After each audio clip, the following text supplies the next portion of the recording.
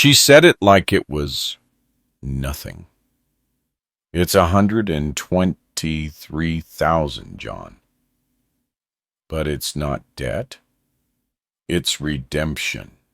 I laughed, thinking she'd lost her mind. But that night, when I saw what she'd truly bought with that money, I realized it wasn't madness. It was mercy. There's a strange quiet that follows a storm, that kind of silence that doesn't mean peace, just exhaustion. That's how the house felt that night. The rain had stopped hours ago, but everything inside was still dripping, not with water, but with things unsaid. Emma sat at the table, her hair damp, her cardigan clinging to her shoulders. There was a manila folder between us. I could see the edge of a loan agreement peeking out. $123,700, I said, staring at the number like it might change if I blinked enough.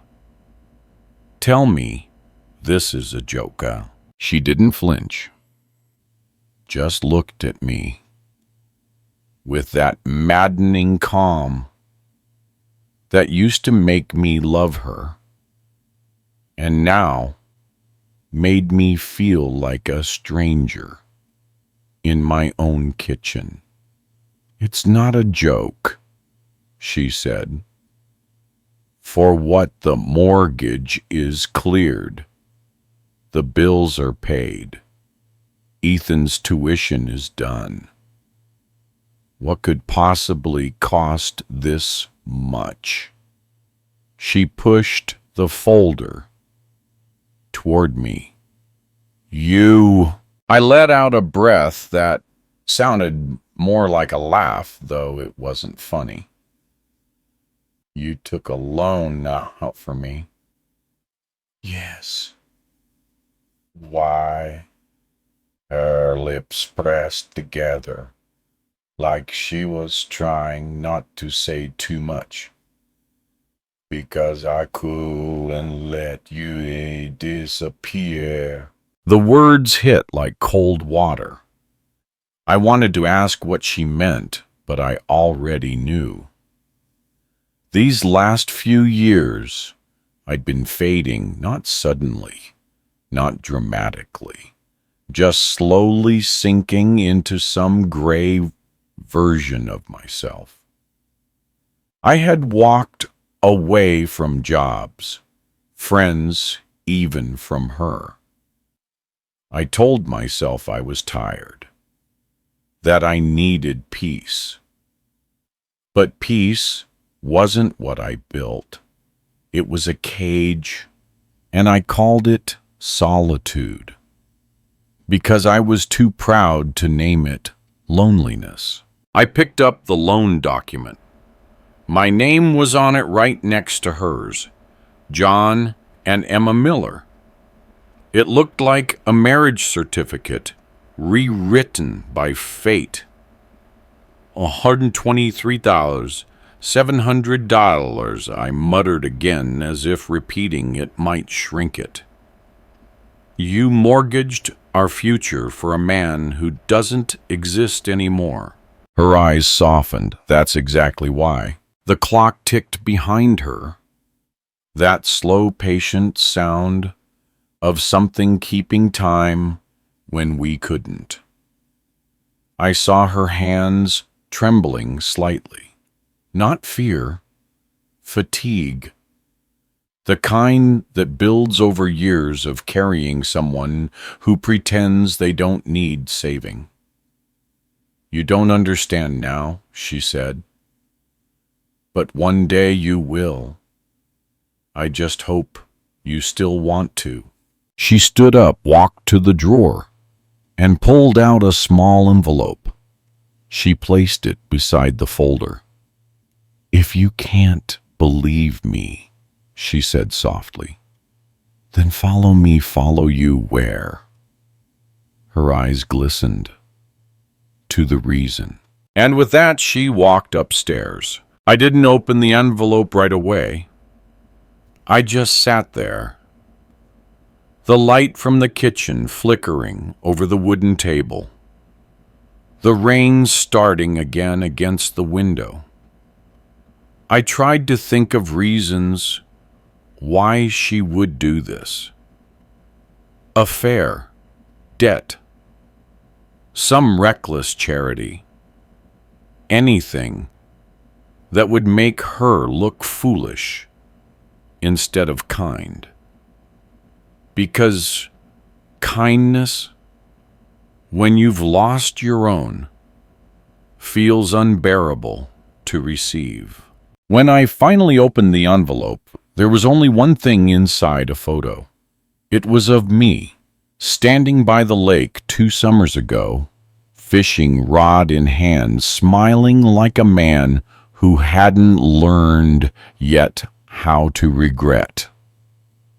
On the back, she'd written, "The man I borrowed money for, the man I am still paying to bring back." I dropped the photo.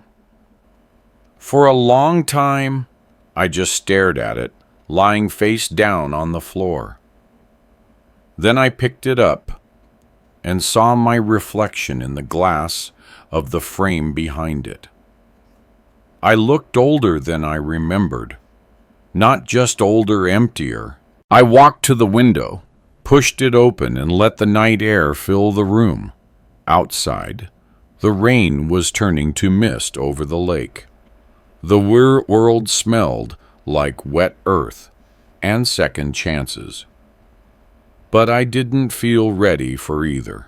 I turned off the lights, left the documents on the table, and sat in the dark. My thoughts kept circling back to that number, $123,700. It wasn't random. It was precise, deliberate, surgical. Like she'd measured the exact cost of forgiveness. And as I sat there, I started to hear her voice in my head, quiet, steady, the way she used to read to Ethan when he couldn't sleep. "It's not debt, John," she'd said. "It's redemption." For the first time, I wondered if redemption really had a price, and if maybe somehow she'd just paid it for both of us. The next morning, the lake would hold its own secret, a folded note drifting against the shore, waiting for me to find it. The lake always looked different in the morning. When the fog rolled low across the surface, it blurred the edges of everything, like forgiveness, trying to remember what it used to be angry about.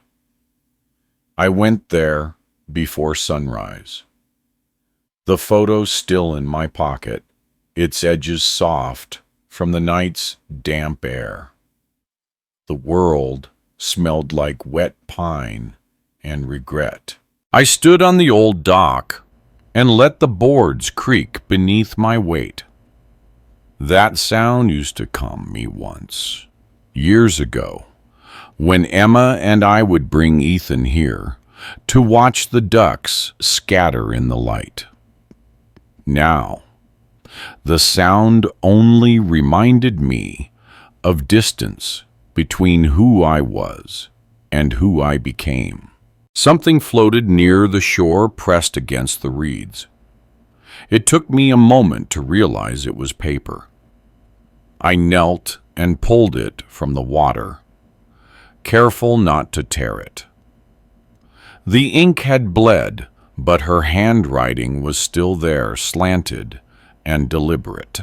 "If you're standing here, John, then you've started to remember." My chest tightened. The letter wasn't dated, but it smelled faintly of her perfume, the one she wore the day we signed the divorce papers we never filed. I turned the page over and read the rest. And there's a place you need to see again. The bridge by the northern edge. You built it. Remember, you said you wanted something that would last longer than you. Go there. I folded the note carefully and slipped it into my coat. The air was cold enough to sting. The fog moved like breath over water, slow and heavy. I followed the path along the bank, every step crunching over gravel and dead leaves. The bridge wasn't far, but it felt like walking through another version of my life, one where things could still be mended.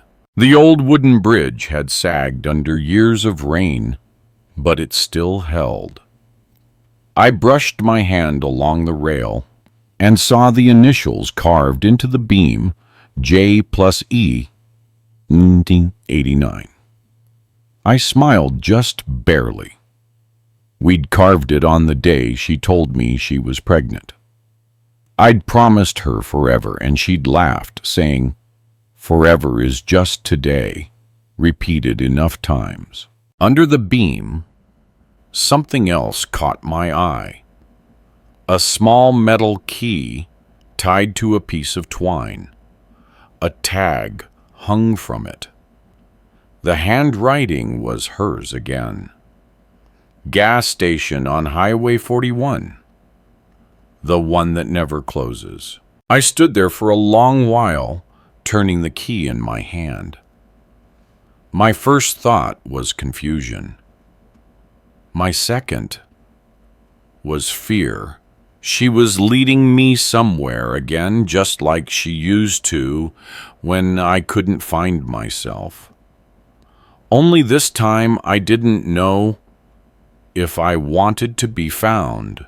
By the time I reached the highway, the sun had risen behind gray clouds, turning everything a dull silver.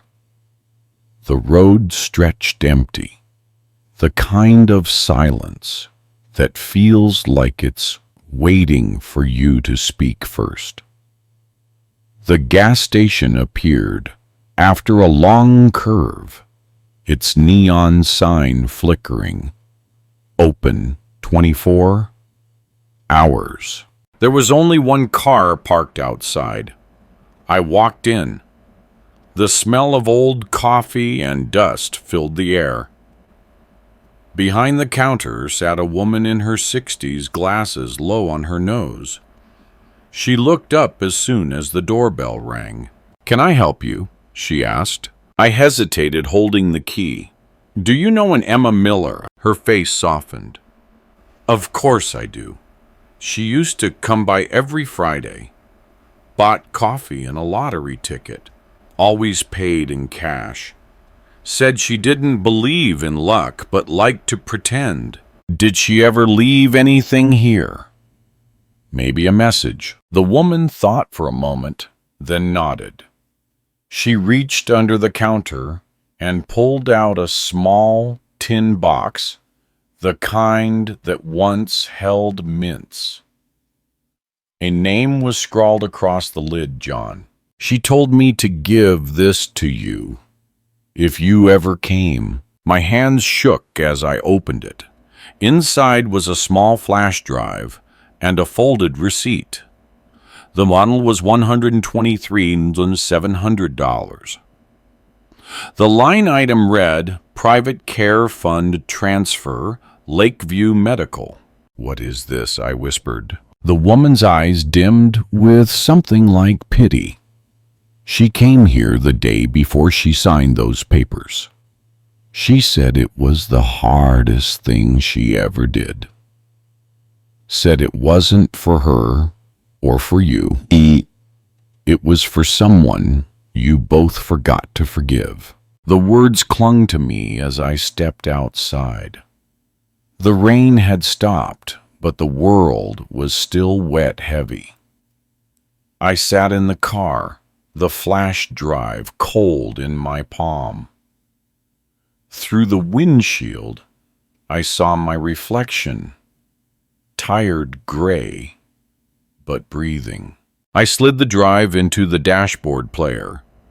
It took a few seconds to load, then her voice filled the car, soft and steady. John, I found town. You're hearing this. You followed the trail. I knew you would. I couldn't tell you in person because you tried to fix it. And some things aren't meant to be fixed. They're meant to be understood. You've been punishing yourself for years. But the truth is, the accident wasn't his fault. It was yours. You knew it. And I couldn't watch you drown in it anymore. So I took the loan to give Ethan a life without guilt. To buy you the space to breathe again. Her voice cracked. You once told me you threw your life away. I just picked it up before the water took it. The recording ended with silence. Then a faint sound. Rain against a window. Maybe her breathing. Maybe both. I sat there gripping the steering wheel. My chest hurt in that deep, unbearable way that comes when truth is too heavy to hold but too pure to ignore. Outside, the first trace of dawn broke through the clouds. It wasn't bright, but it was enough to see the road ahead. The hospital sat at the edge of the town like a confession no one wanted to make. I parked outside and just sat there for a while, staring at the rain-slicked glass doors. They kept sliding open and shut as people came and went, nurses, delivery men, an old woman clutching flowers that had already begun to wilt. Every motion felt ordinary, and that made the weight inside my chest even heavier. Because for everyone else, this place was routine. For me, it was where my excuses ended. The receipt still lay on the passenger seat, Lakeview Medical Private Care Fund, $123,700. The number stared back at me like a sentence I hadn't finished reading. I folded it twice, then tucked it into my jacket.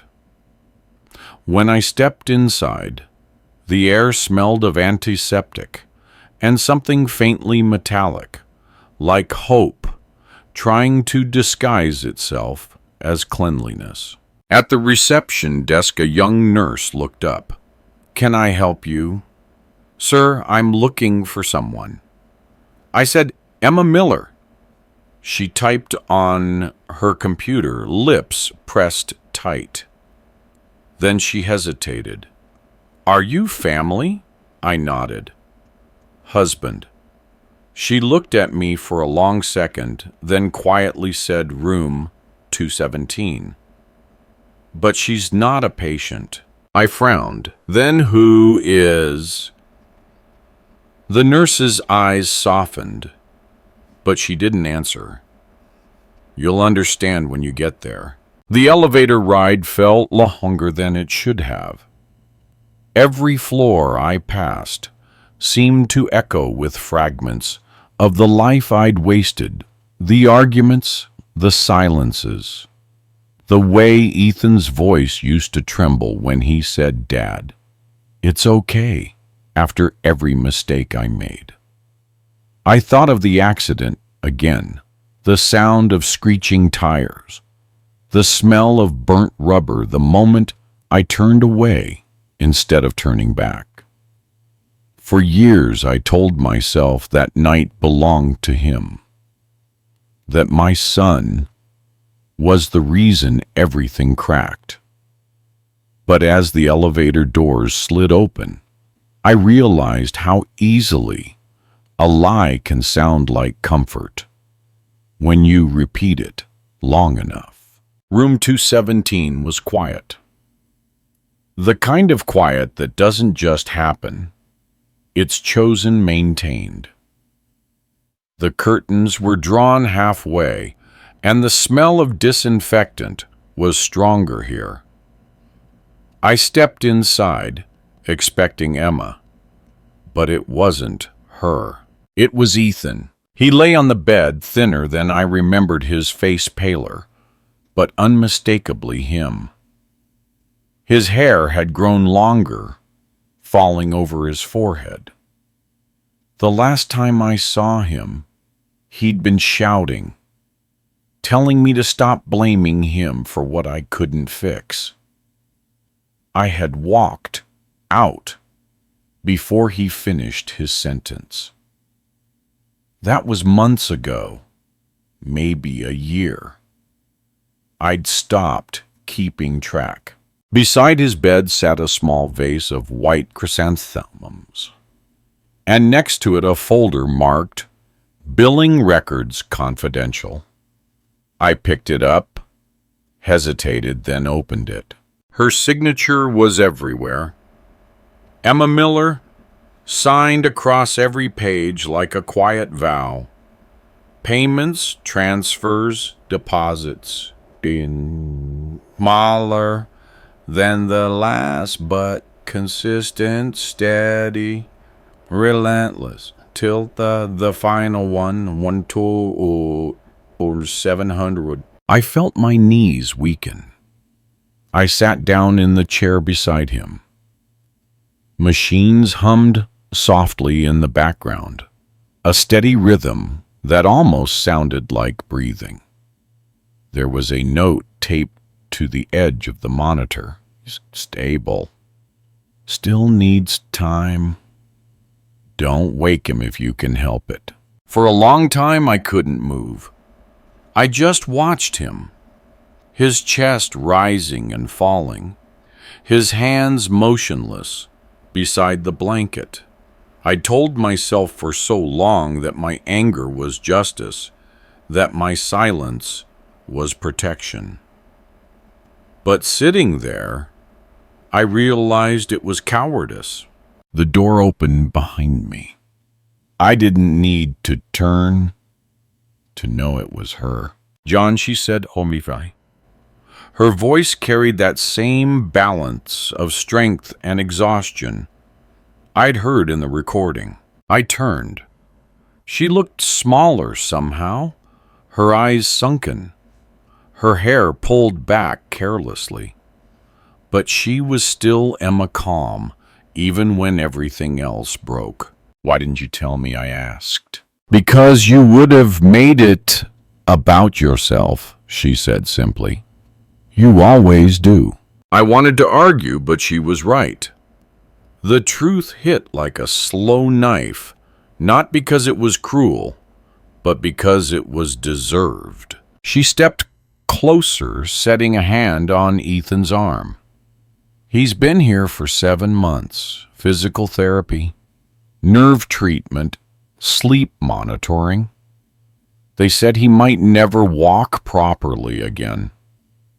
But he's fighting." I swallowed hard. "You paid for all of this?" She nodded. "Not paid. Borrowed all. Everything I could. Why didn't you ask me?" She looked at me, and for the first time in years, her eyes didn't hold anger. Only weariness. "Because you weren't here." The words landed heavier than any accusation could. I looked back at Ethan, his face still, his breath steady, and I saw not the boy I blamed, but the son I abandoned. She turned away, walking toward the window. The early light caught in her hair, turning it gold for a moment before fading again. "You always said you wanted to fix things, John," she whispered. "But you never learned that Fixing isn't about undoing. It's about staying. Her voice trembled then, breaking for the first time. So I stayed. Even when you didn't. I stood there feeling the weight of all the things I'd never said pressing against the back of my throat. The silence stretched between us like a rope, pulled too tight, fragile, ready to snap. Then quietly, I said, "You shouldn't have done this." She turned to face me, tears caught in her lashes. "I didn't do it for you. I did it for the man I believed you still were." The machines hummed. The air felt thick. And for the first time in years, I didn't have an answer. I looked at her, at our son, at the quiet proof of a love that refused to quit, and I realized I wasn't standing in a hospital room. I was standing in the middle of my own redemption, the kind she paid for, the kind I didn't deserve. I left the hospital just as the sun began to fall behind the ridge, leaving everything dipped in a pale, forgiving light. The world outside looked unchanged, but inside me something had come undone. The weight I'd carried for years, the guilt, the bitterness, the hollow pride had cracked in places I didn't know existed. I walked toward the parking lot with hands that wouldn't stop trembling, as if my body already knew what my mind was refusing to accept. Emma had been saving me even when I was busy destroying everything else. The sky was turning to slate when I reached the car. The windshield reflected the clouds like a dull mirror. For a moment, I saw myself in it, a man trying to recognize the stranger he'd become. I started the engine and let it idle. The hospital lights blinked in the rear-view mirror, growing smaller as I pulled away. The road home was long and almost empty. A thin fog crept in from the fields, settling low over the asphalt. Every few miles I'd pass at a cluster of trees or a flickering streetlight, and for just a second, it felt like driving through old memories, each one brighter than the life I was actually living. Halfway down the highway, the fuel light came on. A single orange glow that pulsed like a reminder. I sighed, half laughing to myself. Of course, even the car was running on empty. I turned off at the next exit and followed a narrow service road. The air smelled like ran-on rust. A flickering neon sign appeared in the distance, Gas and Coffee, open 24 hours. The same one she had written about in her note. My heart began to pound, slow and heavy. I pulled in, parked by the old pump, and stepped out. The world was quiet, except for the faint hum of electricity from the sign. The place looked deserted. A single fluorescent tube buzzed above the shop window, casting a sickly white glow over the cracked pavement. When I pushed open the door, a small bell chimed, a sound so ordinary it almost broke me. Behind the counter was an older man with a cigarette tucked behind his ear. His hair was silver, his face lined, but his eyes were sharp He nodded once, without smiling. "Evening," he said. "Evening," I replied. "Pump outside working." "Barely. You pay first." I nodded and reached into my pocket. As I pulled out the cash, something fell to the floor. The photo Emma had left in the envelope, now creased and wet around the edges. The man bent to pick it up before I could. He studied it for a moment, then looked at me. You're John, aren't you? I froze. "How do you know my name?" He handed the photo back carefully. "She used to stop by here. Always at night, always alone. Said she was waiting for something to change." "Emma?" I asked, even though I already knew. He nodded. "Yes.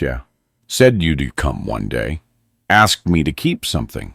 He reached under the counter and brought out a small envelope, sealed and tied with a piece of string. My name was written on it in her handwriting, steady, deliberate, unhurried. My throat went dry. I untied it with shaking hands. Inside was a folded note and a key, small and rusted, attached to a paper tag that read "Home." The note was short. "You left once because you couldn't stand the silence. Come back now and listen to it. You'll know what it means." I folded the paper again, pressing it between my palms, as if heat could wake the past back to life.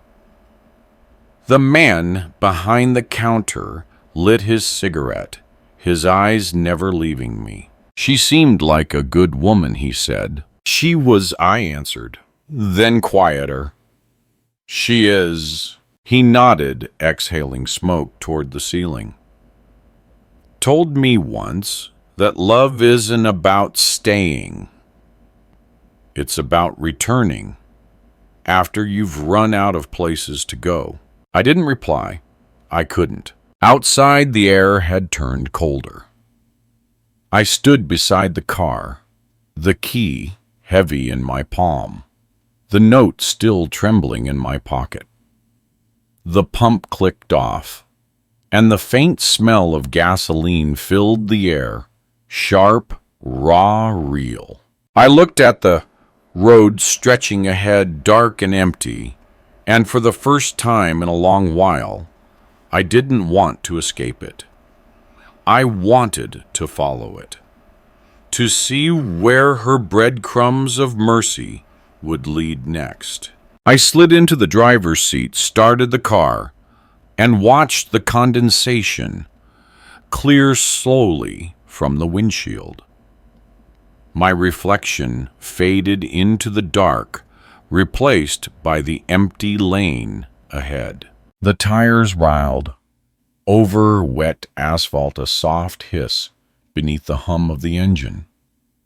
The radio flickered on by itself, static at first, then silence, and then faintly her voice again.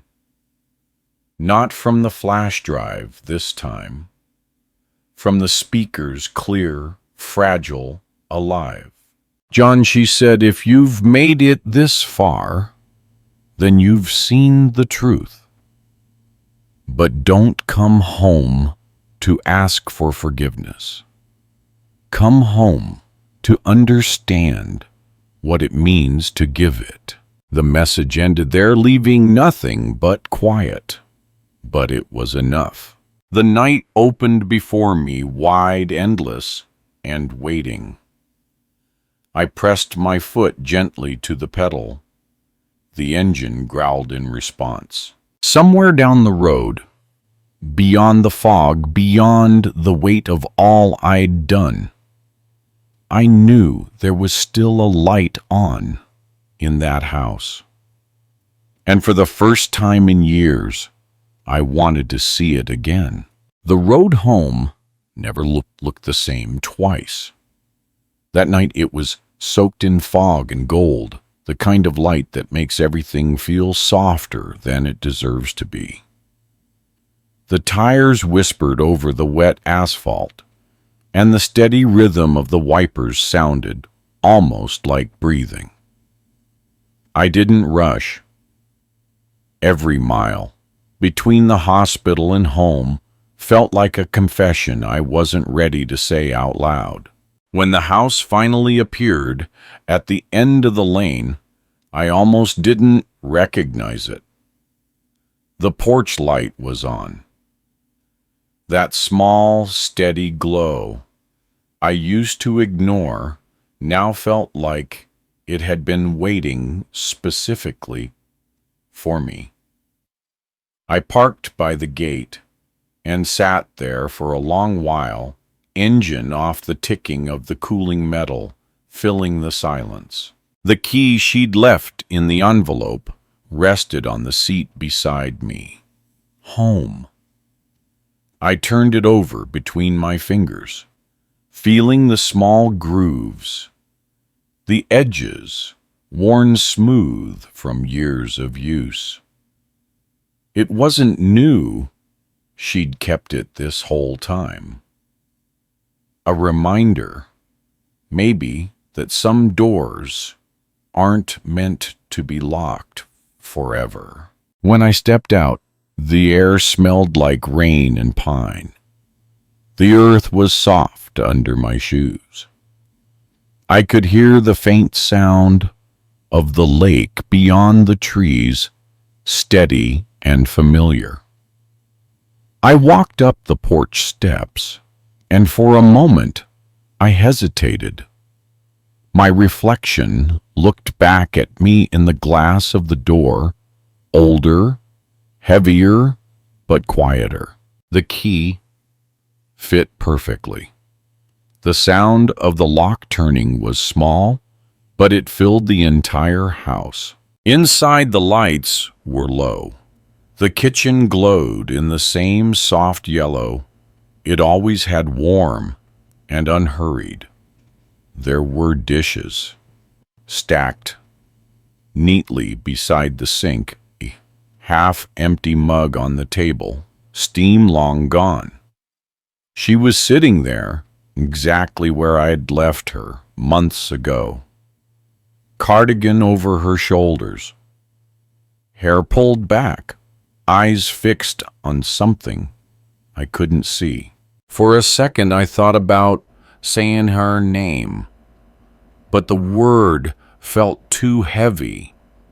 Instead, I just stood there, trying to remember how to exist in the same room as her. She didn't look surprised. "You found it?" she said quietly. I nodded. You knew I would." She looked down at the table, tracing the rim of the mug with her finger. "You always come back when the silence gets too loud." Her voice carried no anger, only fatigue. The kind that sits deep inside a person and stops trying to explain itself. I stepped closer. "Why didn't you tell me about Ethan? Would it have changed anything?" Her question hung in the air. I opened my mouth, but no words came. She was right. If she had told me, I would have found a way to make it bow me. About my guilt, my hurt, my self-righteous need to be the victim. "I thought I was protecting him," I said finally. She looked up, then her eyes meeting mine. "No, John, you were protecting your pain. You held on to it like it was proof that you still cared." I sank into the chair across from her. The wood creaked, the sound sharp in the quiet room. "He looks better," I said. "Stronger." "He is," she replied. "But it's not just the body that heals. You have to let the rest of him recover too." Her hands were resting on the table now, fingers intertwined. I could see the small scars on her knuckles, the faint tremor when she breathed. These were the same hands that used to hold mine when the world was kind, the same hands that signed away years of security so that our son could have one more chance. I looked at her, and for the first time I saw it not the woman I'd blamed or the one I'd left behind. I saw the quiet persistence that had kept this family breathing while I went out searching for peace in all the wrong places. "Emma," I said softly, "you shouldn't have done it." She smiled faintly. "If I hadn't, you wouldn't be sitting here now." "I don't deserve this," I whispered. "Neither do I," she said. "But that's what mercy is, John. It doesn't ask who deserves it." The kettle on the stove began to hum softly, the sound rising like a memory. She stood up, poured water into 2 mugs, and set one in front of me. It was the same brand of tea she used to buy 20 years ago. The steam curled between us, carrying the faint scent of chamomile. We sat there without talking, just breathing. The world outside had gone completely still. Finally, she said, "He'll wake up soon. You should be there when he does." I nodded. "I will." She looked at me for a long moment, and then her voice lowered. "You know, when I took that loan, everyone told me I was foolish. They said you'd never come back, that once a man walks away, he never looks over his shoulder." She paused, her fingers wrapping around the mug. But I did it anyway. Because sometimes love isn't about being right. It's about giving someone a chance to be wrong and still come home. Her words hung in the air like the last line of a song. I wanted to reach out to take her hand, to say I was sorry, to tell her that she had saved me from a kind of death no doctor could treat. But instead I just nodded. There was a lump in my throat too heavy to move. The clock ticked softly on the wall. The house smelled like warmth and rain. For the first time in years, I didn't feel like a ghost standing in the ruins of my own life. I felt present. And for that one fragile moment, sitting across from the woman who had paid for my redemption with silence and faith, I almost believed forgiveness was possible. The morning came in quietly, as if the world was holding its breath. I woke up on the couch, still in the same clothes, the faint scent of chamomile clinging to my sleeves. The house was calm, no footsteps, no voices, just the soft sound of wind moving through the trees outside. For a moment, I didn't know where I was. Then I saw the photo on the table, the one she'd left me, and it all came back. It all came. Emma was gone when I stepped into the kitchen. Her mug sat empty in the sink, the handle still warm when I touched it. She must have left early, maybe to the hospital, maybe just to walk by the lake like she used to when she needed to think. I found the note she'd taped to the door, room 217. Bring yourself this time. The drive back felt different. The same road, the same fog. But everything inside me had shifted. The guilt was still there. Yes, but it had changed shape. It wasn't poison anymore. It was weight, something to carry, not drown in. By the time I reached the hospital, the rain had stopped. A faint gold light pressed through the clouds, the kind that doesn't promise sunshine but still tries.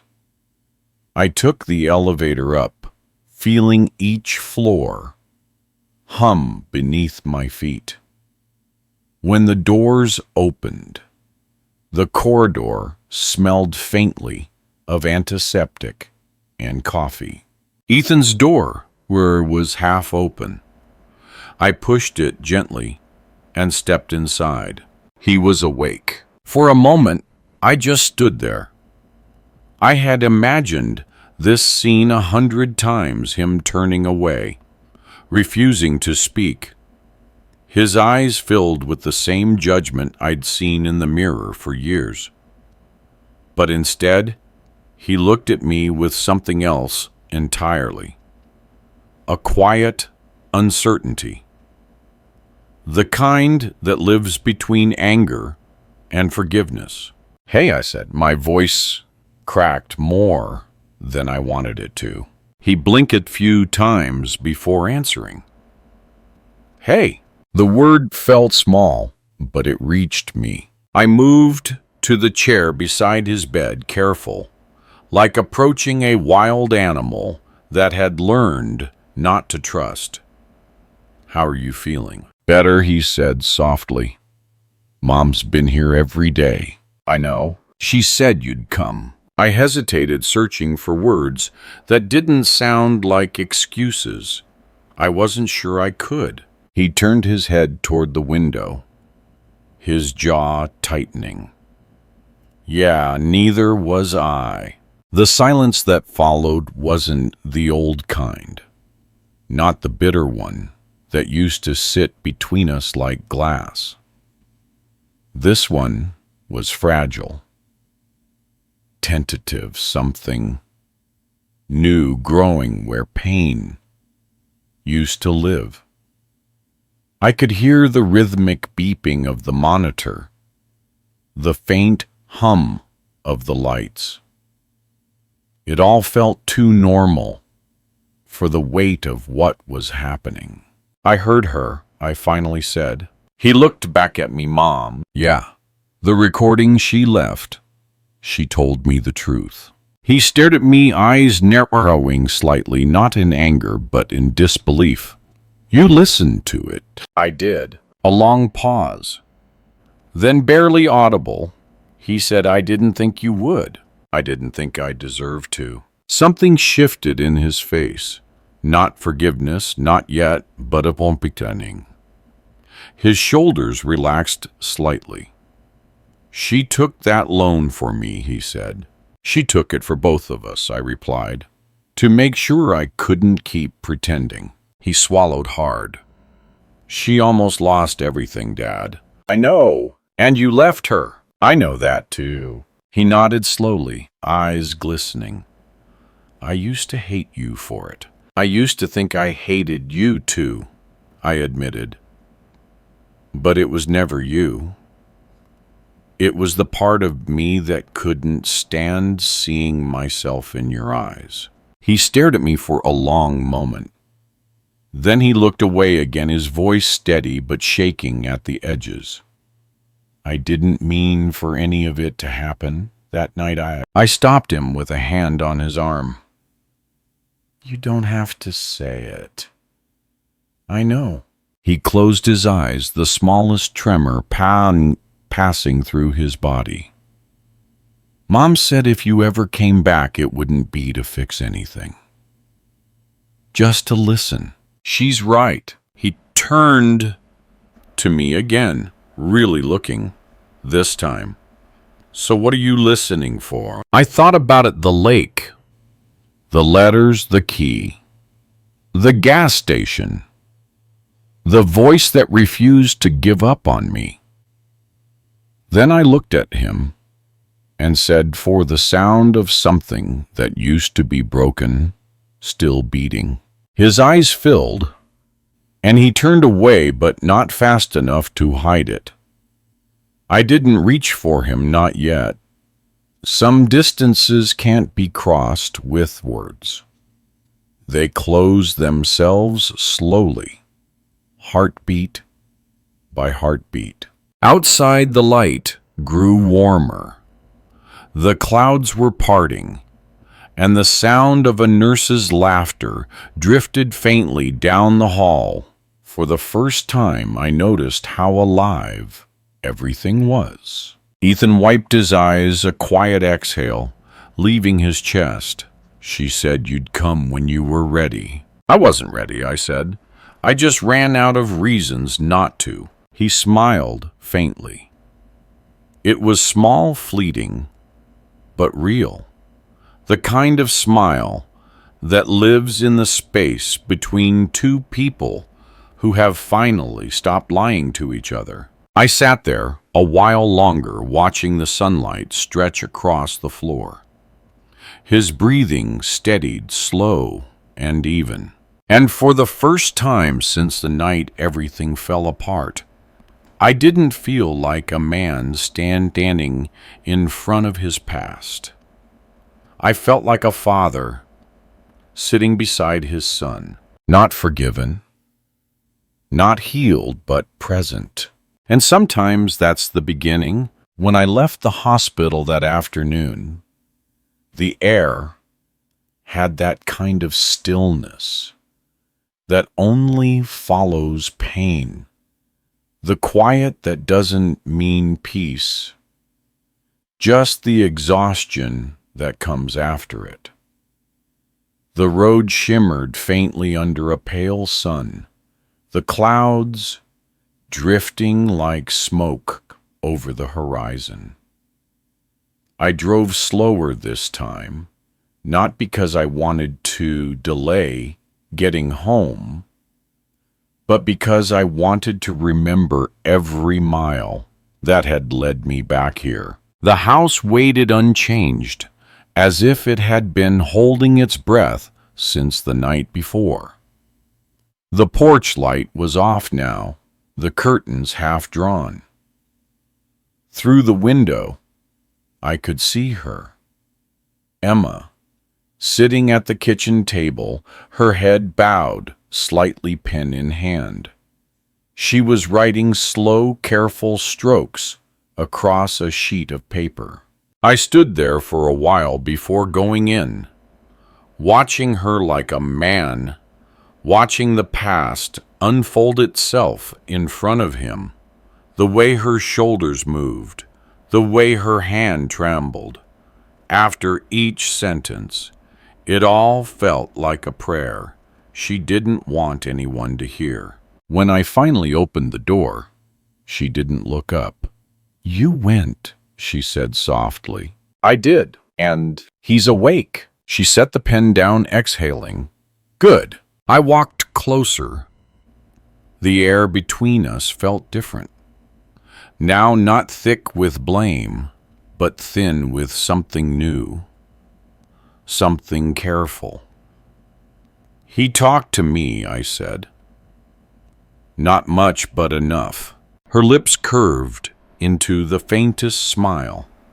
"That's more than I expected." "He's stronger than I thought." "He always was," she replied finally, lifting her gaze to meet mine. "He just needed space to stop proving it." There was a long silence after that, the kind that used to scare me, but now felt almost necessary. She gestured to the chair across from her, and I sat down. The letter she'd been writing lay unfinished on the table. My name at the top, the rest still forming beneath it. "Is that for me?" I asked. She hesitated, then nodded. It was. "But maybe you should hear it instead." I waited, watching her fingers trace the edge of the paper. When I took the loan, she began, her voice steady but tired. I told myself, It was about survival. For Ethan. For the house. But it wasn't just that. It was about belief. The kind that doesn't make sense until it's gone. I thought if I gave everything, maybe I could keep us from breaking completely. Her eyes softened, and I saw the years she'd carried. Etched in them, the nights alone, the calls unreturned, the quiet meals where only one chair was filled. You didn't break us, I said. I did. She shook her head gently. You're not the only one who ran John. You just did it with your feet. I did it with silence. I wanted to reach for her, but something stopped me. Maybe fear. Maybe reverence. Why didn't you tell me about the loan sooner? Because I needed you to see it, she said, not just hear it. Words were never your problem. You always had plenty. What you never had was stillness. Her voice trembled slightly on the last word, but she didn't stop. You used to say, forgiveness is about moving on. I think it's about staying long enough to understand what you did. I nodded slowly. Then I guess I'm finally learning. You are, she said, but learning doesn't erase the cost. Her gaze fell to the papers scattered across the table, bank statements, medical receipts, the remnants of a war she'd fought alone. I followed her eyes and felt the sharp sting of shame rise in my chest. You shouldn't have had to do this, I whispered. I didn't have to, she said softly. I chose to. Her words stopped me cold. I chose to believe that you were still somewhere under all that anger, she continued. That maybe, if I kept a light on, long enough you'd remember the way home. I didn't take that loan to fix you, John. I took it to keep hope alive long enough for you to find it yourself. I leaned back in the chair, trying to breathe past the weight in my chest. And now that I have, she smiled faint but real. Now you learn how to live with what's been paid. The late afternoon sun began to drift through the window, laying soft lines of gold across her face. It caught in her hair, turning the strands almost silver. She looked older, yes, but also more peaceful than I'd ever seen her. Do you ever regret it? I asked. The loan? No, believing. She thought for a long time before answering. Regret is just love's shadow, John. It follows you until you turn around and face where it's pointing. I closed my eyes, letting her words settle. When I opened them again, she was looking at me, not with the bitterness of the past, but with something closer to mercy. I'm sorry, I said. The words barely made it out, but they were the truest thing I had spoken in years. I know, she replied, and maybe that's enough for now. She picked up her pen again, finishing the final line of the letter. When she was done, she folded it carefully and slid it across the table to me. What's this? I asked. Something you need to read later, she said, when you're ready to stop apologizing and start remembering. I nodded, tucking the letter into my jacket pocket. Outside, the wind rustled through the trees, carrying the faint smell of rain and earth. She walked past me, and paused by the doorway. "Dinner's in the oven," she said quietly. "If you're staying." I turned to her. "I am." She didn't smile this time, but her shoulders loosened just a little as she walked away. I sat there alone, the letter pressing against my heart, feeling the quiet pulse of something that used to be love and was slowly, painfully becoming something deeper. Not reconciliation, not yet, but understanding. And sometimes that's where redemption begins to speak. That night, the house was so quiet, it felt like it was holding its breath again. The kind of stillness that makes even the air hesitate. I sat alone at the kitchen table, the same place where Emma and I had spoken just hours before. The chair across from me was empty, but the tea mug was still there, a faint ring of steam, now dried into memory. The letter lay on the table, folded once sealed, with a single piece of tape. My name written across it in her handwriting, deliberate, graceful, patient. I stared at it for a long time, afraid to open it, because I already knew that whatever was inside would end something. Not in anger, but in truth. The clock ticked softly above the sink. 9:47 p.m. I turned the letter over, ran my thumb along the edge, then finally broke the seal.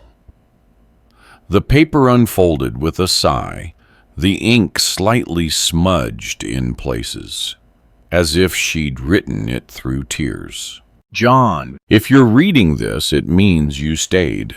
That's more than I asked for, more than I thought you would ever do. I don't want this letter to be about apologies, yours or mine. We've both said enough words to fill a lifetime. This is about silence, about what it teaches when we stop trying to win and start trying to listen. You've carried guilt for so long that it became the only language you knew. You wore it like armor and called it strength. But guilt isn't a shield, John. It's a mirror. And if you stare into it too long, all you see is yourself." I paused, breathing carefully. The paper trembled in my hands. "When I took the loan, I knew you'd hate me for it. I also knew you'd follow the trail eventually. You always needed a reason to come back. I just gave you one that couldn't be ignored. I didn't do it to prove love. I did it because some debts can't be paid with money, and some forgiveness can't be earned with time. I wanted you to see what mercy looks like when it's lived, not spoken." The words blurred for a moment. I blinked, let the tears fall without wiping them away. Ethan will forgive you long before you forgive yourself. Don't fight it. He's got your stubbornness, but not your pride. Let him teach you what it means to stay, not for redemption, but for presence. Sit with him. Breathe with him. Learn how to live without needing to rewrite what already happened. If someday you find yourself by the lake again, listen to the wind. That's where I left the sound of everything I couldn't say. I wanted to tell you that love didn't fail here, John. It just changed forms. At the bottom, one last line was written smaller, more fragile than the rest. Mercy isn't something you receive. It's something you finally stop running from. When I finished reading, I didn't move. The words sat inside me like light, trying to find a way through cracks that had been sealed for years. I leaned back, closed my eyes, and let the silence do what it needed to. After a while, I noticed something else tucked into the envelope. A small voice recorder, silver and worn, the kind she used when she dictated her letters for work. I pressed play. At first there was nothing but faint static. Then her voice, soft, unguarded, the way she sounded when she spoke in the dark before sleep. John, if you're hearing this, it means I've finally run out of ways to save you from yourself. I've tried anger. I've tried patience. I've tried distance, but mercy was the only thing left. A pause. I could hear her breathing steady and close. You used to say, You threw your life away. You didn't. You just forgot where you left it. So I went and bought it back piece by piece, breath by breath, until there was nothing left to trade but time. Her voice cracked slightly, but she kept going. I know you'll blame yourself for what I did. Don't.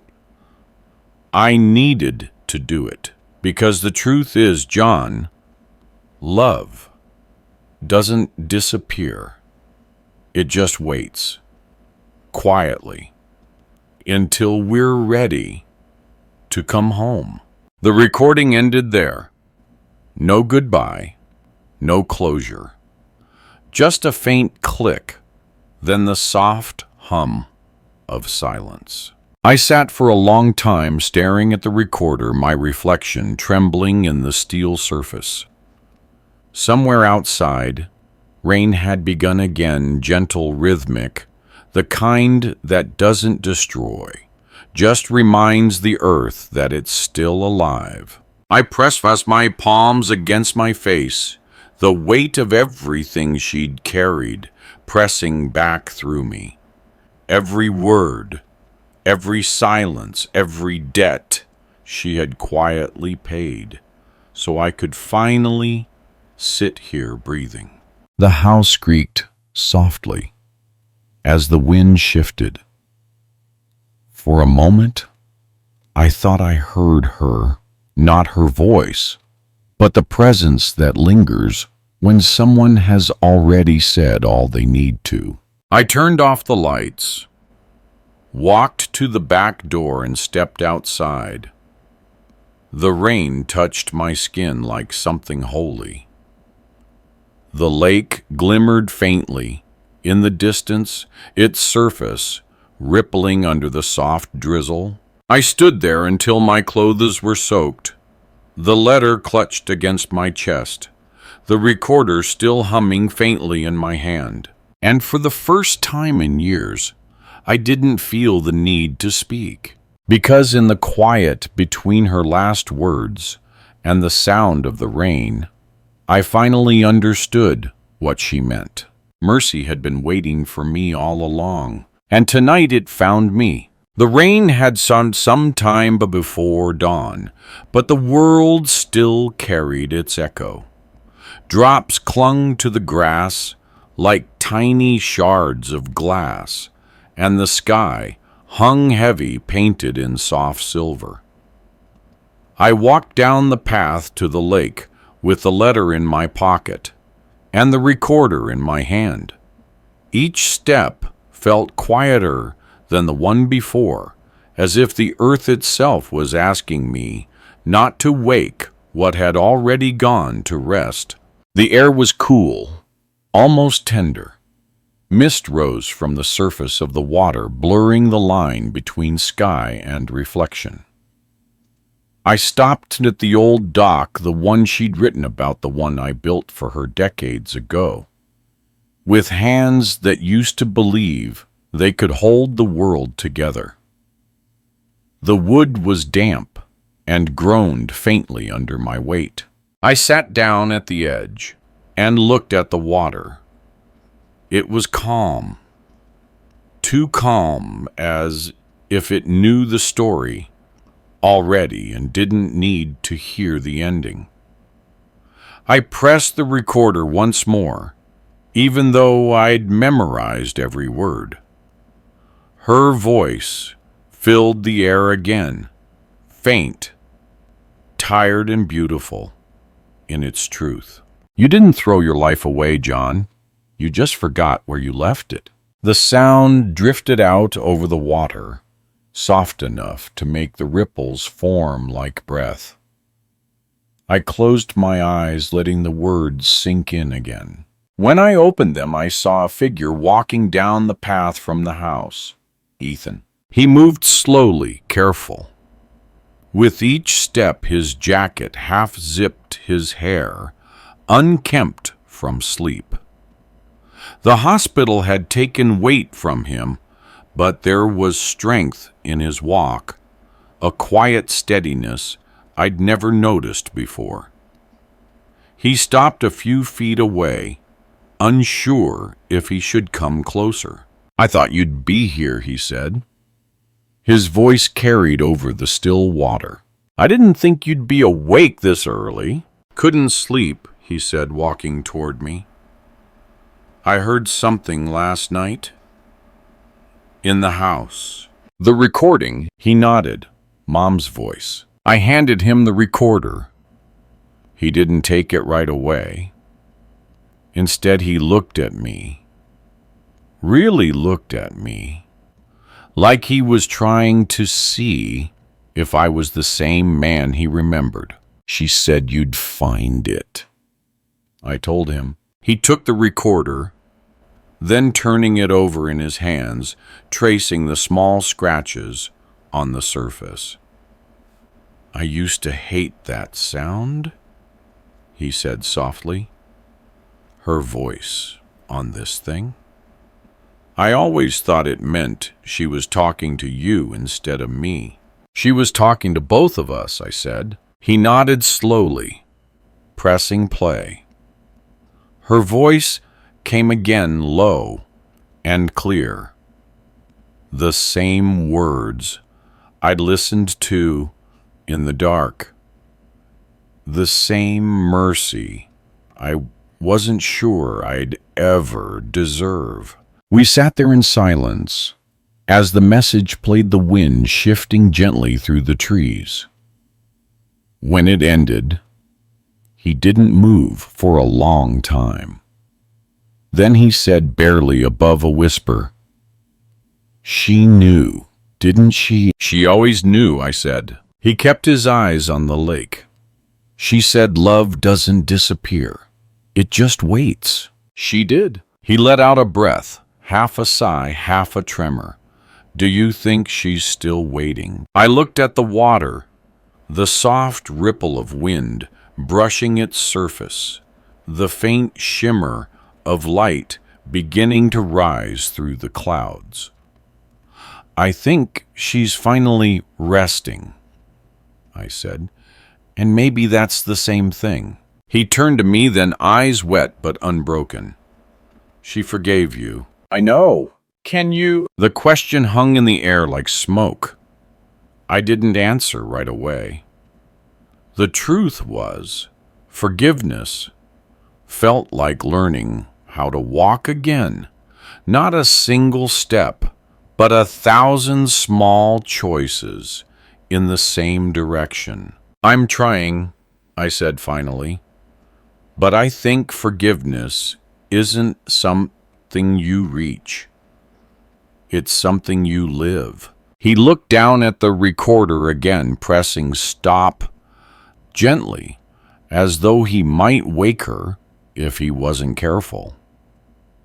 Then he set it beside me on the dock. "She'd like that," he said. We both sat there, the mist curling around us. Somewhere behind the trees, the house waited quiet and warm. The smell of wet wood and old pine filled the air. After a while, Ethan spoke again. She told me once that people don't lose each other all at once. They fade apart, one silence at a time. I didn't understand it then. And now, he smiled faintly. Now I think I do. The wind shifted again, lifting a few leaves off the surface of the water. They drifted toward us, spinning slowly, before sinking beneath the ripples. For a long time, neither of us said anything. Then I took the letter from my pocket and handed it to him. She wanted you to have this. He unfolded it, carefully reading in silence. His eyes moved slowly across the page, and when he reached the last line, his lips trembled, not from sorrow, but something quieter, something like peace. When he finished, he looked at me. She really did buy us back, didn't she? I nodded. Every piece of us. The clouds began to break, then thin shafts of light reaching across the lake. The mist lifted, revealing the reflection of the house, small, soft, golden. Ethan set the letter down beside the recorder, both resting there between us, like relics of a mercy neither of us could explain. We sat together as the day began to rise, not as father and son divided by what had been lost, but as two men learning slowly, painfully, beautifully, how to stay. The lake was still when I returned that evening. No wind, no sound. Just the soft reflection of the house floating in the water, fragile, golden, and whole. The sun hung low behind the trees, stretching long shadows across the dock where Ethan and I had sat that morning. The letter and the recorder were gone now, safe inside, but the echo of her voice still lingered in the air. I stood there, hands in my pockets, breathing in the quiet.